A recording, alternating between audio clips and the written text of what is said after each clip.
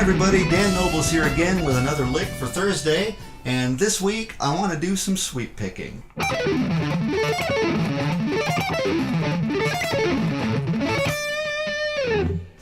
Now, sweep picking is a technique that my students ask me about a lot, and I've found over the years that by and large people are intimidated by it. Sweep the lick. It's shrouded in an air of mystery, right? And it's not because the technique itself is so difficult to grasp. In principle, it's really very simple. The problem I find is that most of the time they don't have a strategy or a method whereby they can slow a lick down and still preserve the technique itself and keep it intact.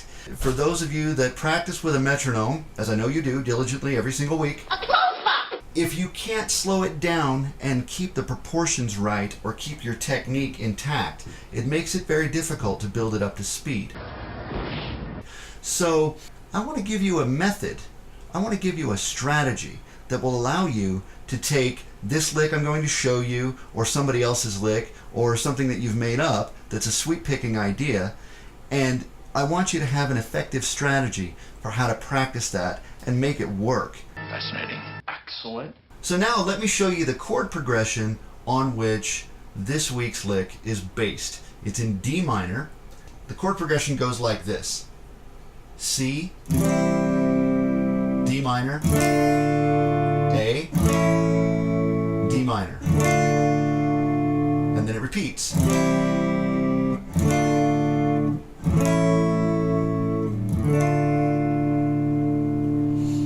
Now what I've done is I've moved that up the neck. C, D minor, A,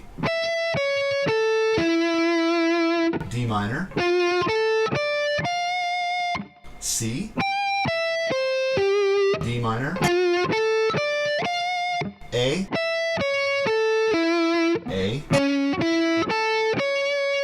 D. So when you sweep through that, it goes like this.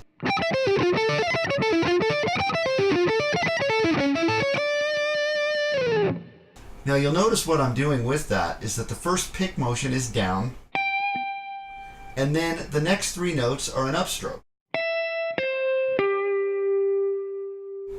But there's something important about that that's kind of subtle, and I want you to make a note of this. When I pick this E note, my pick comes to rest on the string above.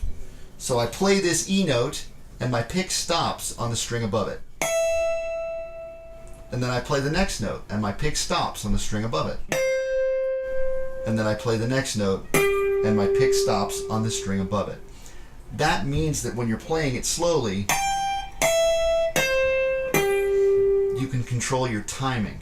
So you're not picking up, up, up, and getting three separate upstrokes, because that defeats the purpose of sweeping it. By letting your pick come to rest, in this case on the string above, you're keeping the technique intact, even if you're playing it at 40 beats per minute. So for the next little sweep, the D minor, we're doing exactly the opposite. I pick this F note right here, and my pick stops on the string below it. And then I play this A, and my pick stops on the D note below it, and then I pick this D, and it's got nowhere to stop, and I'm going to turn it around and play an F. Like that. So we have down, up, up, up, down, down, down, up.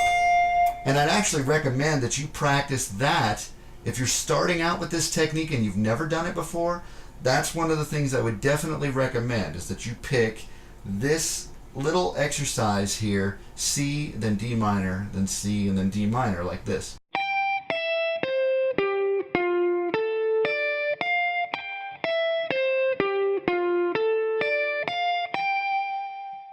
And you can work that up using a metronome. And that's one of the things that will help you become accustomed to the technique. Let's all go to the lobby. Let's all go to the lobby. Let's all go to the lobby to to get ourselves a treat.